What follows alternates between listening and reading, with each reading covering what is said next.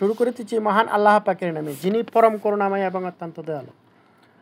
আল্লাহ সুবহানাহু ওয়া তাআলা বলেছেন যে হারাম, মোল্লা মুন্সিরা বলে যে মদ গাঁজা হিরিন এগুলা খাওয়া হারাম, কিন্তু আল্লাহ বলেছে যে শয়তানের প্ররোচনায় যাহা খাবে তাহাই হারাম।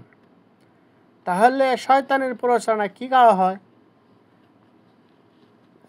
এটা একটু গবেষণা করে দেখতে হবে। শয়তানের প্ররোচনায় কিছু কিছু খাওয়ান আছে, আপনি 1 প্লেট 2 প্লেট 1 গামলা খাইলেন আপনার পেট ভরে যাবে, কিন্তু শয়তানের প্ররোচনায় যা খাবেন তারপর আপনার পেট ভরবে না। খাবেন অনেক কিছু কিন্তু পেট ভরবে না, এটাই হচ্ছে হারাম। কিন্তু আপনি পরিস্থিতি অনুযায়ী, পরিস্থিতির উপর ভিত্তি করে আপনি যা কিছু খাবেন হারামও আছে হালালও আছে। তাহলে আপনি ভাত খাইলেন, রুটি খাইলেন, আরও বিভিন্ন জিনিস খাইলেন, এগুলো কি শয়তানের প্ররোচনা খেলেন? না, এটাকে আপনার জীবন চালানোর জন্য, দেহকে চালানোর জন্য খাইলেন, পেটের ক্ষুধা খাইলেন।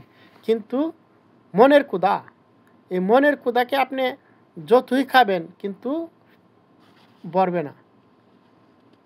আপনি দেখেন বিশ্বের বিভিন্ন দেশে, বাংলাদেশের কথাই বলেন, যারা হাজার হাজার কোটি টাকা লুট করতেছে খাইতেছে, তাদের এই যে ক্ষুধা, এই ক্ষুধা ভরতেছে, পেট ভরতেছে, পরে নেই।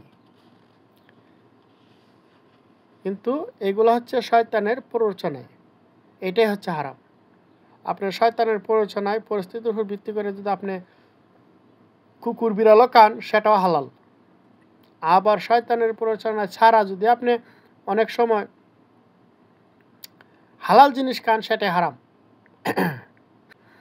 এই শয়তানের প্ররোচনায় যা খাবেন সেটাই হচ্ছে হারাম। তাহলে দেখেন, আপনি আরেকজনের হক মেরে খাচ্ছেন, সেটা কি হারাম না? এটা হচ্ছে শয়তানের প্ররোচনায়। আপনি এতিমের হক মেরে খেলেন, সেটা শয়তানের প্ররোচনায়। ঘুষ নিয়ে কাজ করলেন, সেটা শয়তানের প্ররোচনায়। আপনি বিভিন্ন এগুলো হচ্ছে শয়তানের প্ররোচনা, এগুলো হচ্ছে হারাম। কিন্তু মানুষ অনেক কিছু খায় কিন্তু তার পেট ভরে না, এটাই হচ্ছে শয়তানের প্ররোচনা, যেগুলা হারাম আল্লাহ বলে দিয়েছেন।